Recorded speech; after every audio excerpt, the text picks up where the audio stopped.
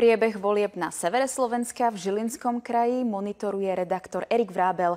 Dobré ráno, Erik. Nastali nejaké komplikácie?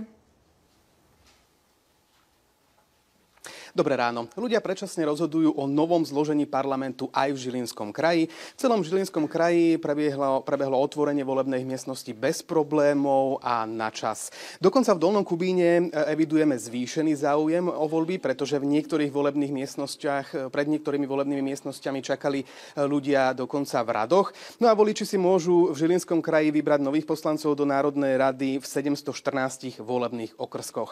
My sa nachádzame v jednej volebnej miestnosti, konkrétne v Oravskom Podzámku. No a obec Oravský Podzámok je známa Oravským hradom, ktorý je turisticky obľúbený. Preto v tejto volebnej miestnosti očakávajú aj turistov s hlasovacími lístkami. No a vedľa mňa je v tejto chvíli Marek Čuleň, predseda okrskovej volebnej komisie, ktorého sa pýtam, ako prebiehalo otvorenie tejto volebnej miestnosti. Otvorenie volebnej miestnosti prebehlo úplne v poriadku. Otvorili sme o 7 hodine. Všetko bolo nachystané, volebná komisia bola prichystaná, všetky materiály a podklady boli pripravené. Aký záujem evidujete o tieto voľby už z rána? Prvý volič vstúpil do volebnej miestnosti o 7 hodine aj 2 minúte a vlastne po ňom priebežne ľudia chodili, čakalo sa maximálne 2-3 minútky, nejaké veľké rady sa neboli. My už sme hovorili aj o turistoch. Evidovali ste aj už ľudí, ktorí prichádzali s hlasovacími lístkami? Áno, už boli pár ľudí aj s hlasovacími lístkami. Boli tu aj turisti a aj ľudia, ktorí vlastne majú v obci chalupy, chaty. Čo všetko ste museli pripraviť pred samotným otvorením volebnej miestnosti? Pred samotným otvorením miestnosti vlastne museli sa podpísať ochrana osobných údajov, pretože s nimi komisia bude pracovať.